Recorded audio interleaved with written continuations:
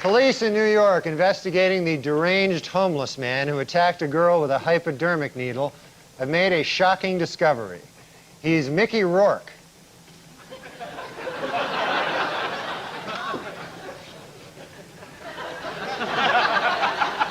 After 30 years of non-stop touring, the Grateful Dead is finally breaking up. Fans of the group, formerly known as Deadheads, will now be called homeless people.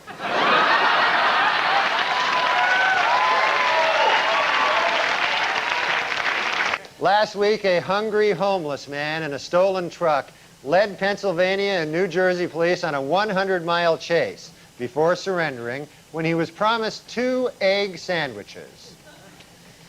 When are we going to stop negotiating with terrorists? It's just ridiculous. In a special ceremony sponsored by Publishers Clearinghouse, 16-year-old Amber Combingan has been awarded $10,000 for her tireless work to feed the homeless. Although the young girl said that she would trade it all in a second, if only she could get a shiny new Lexus instead. Kansas City, two people. Oh, drats.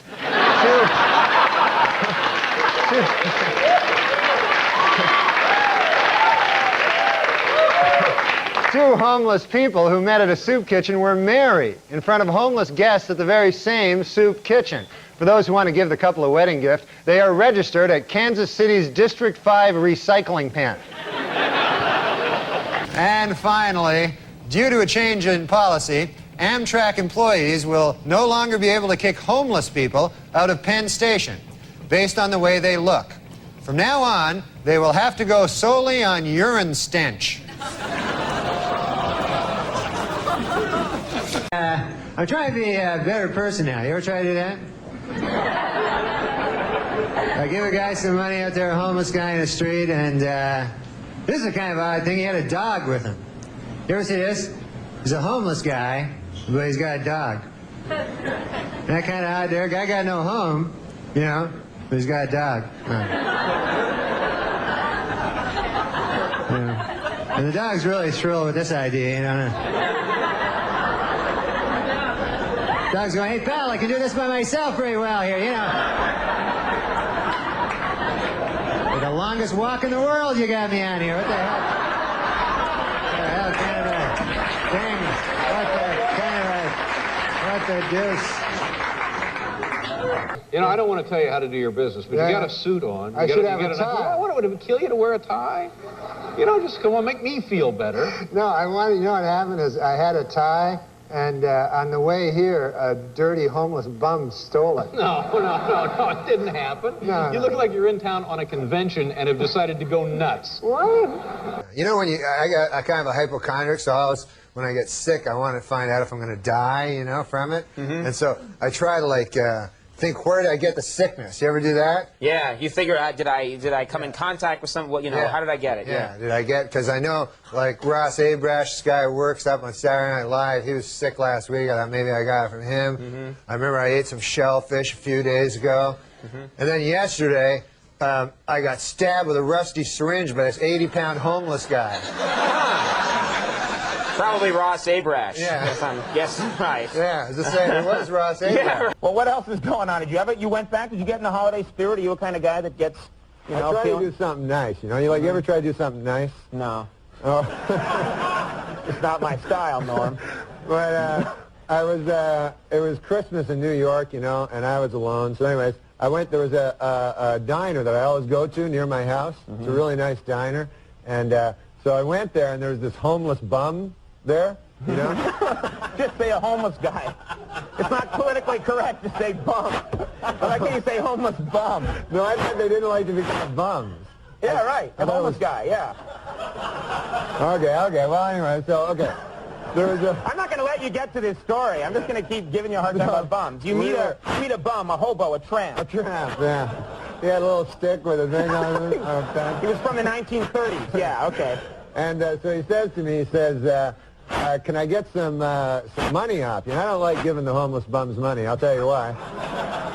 Because I figure they'll do the crack. Right?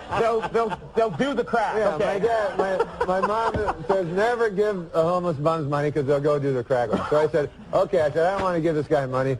He'll go do the crack. I said, why don't I just bring you in the diner, you know, and I'll get you a meal. I'll buy you a meal. It's Christmas, you know, it'll be nice.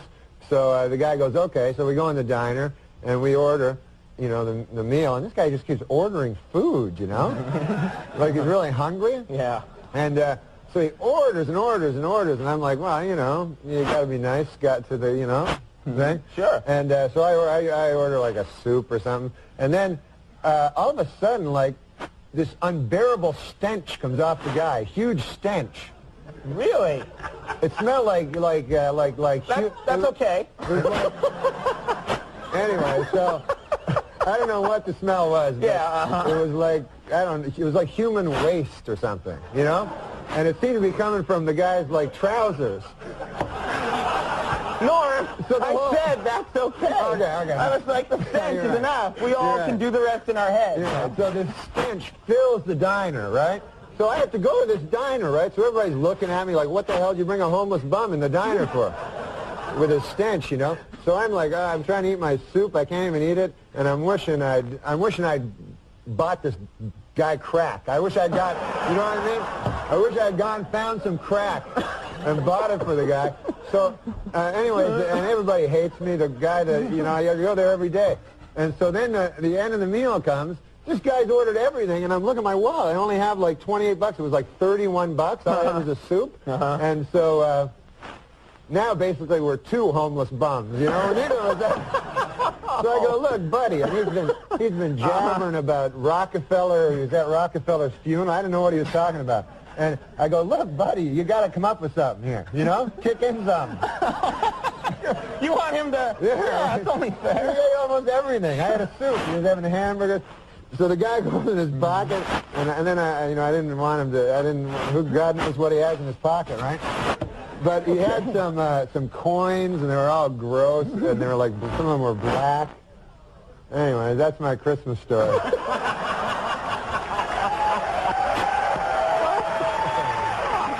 Man, wow! What a yarn spinner. You're a regular Garrison Keeler over here. And some of the coins were black. Good night, ladies and gentlemen. And you close the book and kiss your child good night. That's a nice story. I've been doing stand-up, you know, at clubs and stuff. Sure. And, oh, man, I didn't realize I forgot how much I stunk at it. Like, I'm not good, and everyone hates me. I went to this gig right in town. You ever hear of the Bowery? Yeah, yeah. You know that place, right? Sure, yeah. I've heard of it. Yeah, it's Skid Row. Mm-hmm. And so there's all these homeless bums on the street and everything like that. Yeah. And you have to go through it. So I went to this club, and I bombed. They hated my guts, so I was all mad. You know, I get mad when I don't do good. And then, so I went out of the thing, you know, I walked out. You walk like that, really? Yes. You've got that problem, I remember. So I walk out of the club. So I get out, and this homeless guy, you know, this bum, he starts walking beside me, bugging me, you know, hey. You're not supposed to call them bums anymore, no. Yeah, But anyway. Hobo, you know? A tramp. A tramp. A tramp, Yeah. okay. Riding the rails. Yeah, All right. just a layabout, and he's like coming up to me, and he's like bugging me. I want money. They always want money, you know? Yeah. They never have money, you know? So, That's the problem with them hobos, yeah. So they're like, hey, give me some money, give me some money. And, you know, sometimes they'll walk with you. So I said, look, man, I said, I'm going to give you some money if you just go away. I'm mad at him, you know? I was mad. I go, here, and I pull in my pocket, and I just give him a bunch of money, like change, you know? Yeah. Give it to him. I go on, get out of here, you dirty bum, you know? So he goes away. So then I go to get the subway, you know? And I look at my pocket. I've given the guy, I don't have my token, my subway token. Oh, you gave it away Yeah. accidentally. And I don't have a wallet or anything, so I was thinking I was going to try to jump the thing, but I thought then, you know, I get in trouble for that. So I said, I got to find that bum, that homeless bum, you know? So I have to go back, and I'm walking back the street, and there's all homeless bums. They're all lying there on the street. Yeah. And I don't know which one is which. I can't remember. So I'm like lifting up guys' hats and stuff, you know, and looking under newspapers. So finally I find this character. I go, hey, you. I go, give me some of that money back, you know? And he's like, no, go away. He's turned mean, you know, because I was mean to him earlier. He goes, go on, get out. This is like a biblical tale. Yeah, okay. The New Testament. All right, go ahead. I felt sorry for him. He had no place. And so I go, okay, forget about it. And I go to turn around. And then I grab his cup, like, real quick, and I start running. I like how your running is like walking, just turned up like 10 degrees. Okay. So it was great. And then I felt bad, though, because when I looked through, I had like about $1 more than I gave him, you know? Oh, that's not right. That's not right at all. Yeah. That's terrible. Yeah. Well, sometimes they say if you give, you'll receive more in return. That's the sweetest story I've ever heard. I'm all choked up now. Now, I heard also you've been, you did a little cross... Probably just down on his luck. Yeah, that's what happens. Why'd you feel you had to throw that in? I don't know, you know. Okay. What was the homeless guy? You started to tell me a story. Oh, yeah, before. I was going to tell you that. I had a homeless guy that in my apartment in New York. You know, I lived in a nice walk-up. It's called a walk-up in New York. There's no elevators. The idea is you walk up, and that way it's easier to get, like, knifed and raped and so forth. We have no doorman, you know. Right. So a lot of times you'll go up, you'll walk up, and then there'll be a guy in the end, and then you run, you know. So anyways, there was a homeless guy that was always in front of my apartment, and I grew a kind. He'd always be real friendly. They're very one of the only gentlemanly people left are the homeless, I find. Really? They're very nice to you. They're like, sir. They call you sir, you know. And you could be anybody, but they're like, sir, could you find it in your heart to give me $1? And I always give the guy, every day, I give the guy $1. I think he was saving up for crack or something, so I would give the guy $1. And with the price of crack, you know, you got to give him $1. You got to give him $1. Anything that helps out. So one day there, Jay, I decided to get some delicious Kentucky Fried Chicken to eat. You know, I love that stuff. And I buy my Kentucky Fried Chicken, and this is what happens when I'm in the Kentucky. This is another thing, but when I was in the Kentucky Fried Chicken place, I guess I hadn't been there for a while, right? So I go, hey, man, can I get some of that Kentucky Fried Chicken? So they give me that thing. I go, hey, why don't you throw in some potato salad? The girl behind the desk, she goes, potato salad? Where have you been? But anyway. I guess they don't serve potato salad. They don't have it anymore. Yeah. No. So I get my Kentucky Fried Chicken. I go, man, I'm going to go home, eat this Kentucky Fried Chicken, maybe drink a couple beer, you know. Right. And that's a good evening for me, you know. So I get home with my thing of Kentucky Fried Chicken. I go up, and the homeless guy's there. I don't have $1 for him. I spent it all on the Kentucky Fried Chicken. So I get up, and I open my Kentucky Fried Chicken. Goodness gracious, if they haven't given me 7 pieces instead of my 3 that I ordered. Oh. You know? So I figure, hey, I can save this, right? But I figure, hey, you know what would be nice if I gave the homeless guy the other 4 pieces of chicken, right? And then I thought, I better keep 4. It's not fair. He gets 4, I get 3. So,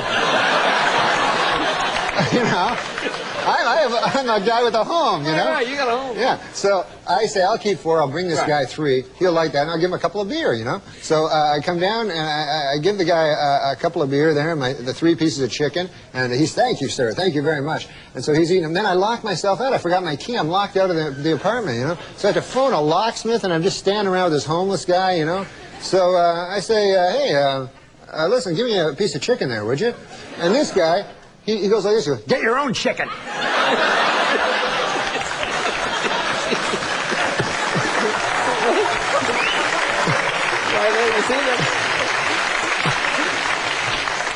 It just goes to show you can't do anything for a homeless guy. Yeah, homeless guy, yeah. You see, there he was saving up for the crack. And there was if you want to hear a story. I love me a Norm story. One time we were in the office doing update stuff, and there'd been a news item about there was going to be a newspaper for the homeless. You know, and so we were thinking about doing some of that. So we started improvising. It was more of a scene, not something we could do on the segment, but it was like a tough kind of Perry White kind of editor going like, you, Miller, I want 500 words on going to the bathroom in your pants. You, Immel, give me something, give me a human interest thing on urine stain magazine. You know, that kind of thing. Yeah. And like a lot of like photos, maybe some, you know, a little human side, you know, what are, you know, pets, that kind of thing. And so nothing came of it, and I sort of forgot we had the conversation, and then the first meeting we have after the summer, Norm comes in and goes, hey, Downey, remember that, you know, that thing we were talking about there with the, remember that thing with the newspaper for the homeless, you know, that thing, the homeless newspaper? And I go, yeah, yeah. He goes, yeah, well, you know, I was out in L.A. and I was asked to do this benefit, you know, for the coalition to feed the homeless, and stuff, you know. And you know, and I'm going, no. And he goes, yeah, you know, I did that bit, you know. They hated it. Hated it. All right, you tell me now. That's the Andy Kaufman part of the joke, or is he actually surprised that they hated it? That's what I can't quite figure with. Look, I know. If we look at each other like that, how could we ever turn down a homeless person's request for something? I think you could. I could. You could, huh? Yes. I don't think it's helping these You people never sometimes. walked past a homeless person and they're begging you as a fellow human being for something, and you ignore them, and you maybe feel some evil bile come up? No, sometimes I think if I give this person money, I'm kind of agreeing that you can't get out of this situation. What are the things you'd like to change? Change in the world? Yourself. Oh, and myself? I'd like to give more money to homeless people. I walk past too many of them. I give money to them. I try as much as I can, but every time I walk past them, I go, why didn't I give money to that guy? Now, you're sort of a technical master of jokes. I love jokes, and I love to disassemble and assemble them, yes. Right. And now also with sitcoms, you're able to solve that haiku also. Oh, after a while, we figured out what worked on our show, yes. And have you ever considered publishing a book that tells all that how-to book? No, but I have considered some way to pass along what I have accumulated. I don't really know how to do it. Do you have any ideas? Well, perhaps you could executive produce a show with Sebastian Mancow as the star. I could do that, yeah. And well, what fun is that, though? Where's the fun part for me? no, there's no fun for you. There's no fun for me. No, that's true. But what's the fun for you in giving a homeless guy spraying a handful of quarters and watching him dodge in and out of traffic? No, but I'm saying there's... That question answers itself. Hey, homeless guys. I'll tell you what. I'll give you $1 each if you go into this building here and run around yelling and screaming. You know, that's very nice, but I think what you probably need are like some psycho, out-of-control homeless guys. Yeah, we're more the broken, spiritless, I've lost the will to live type homeless guys. How about for $2?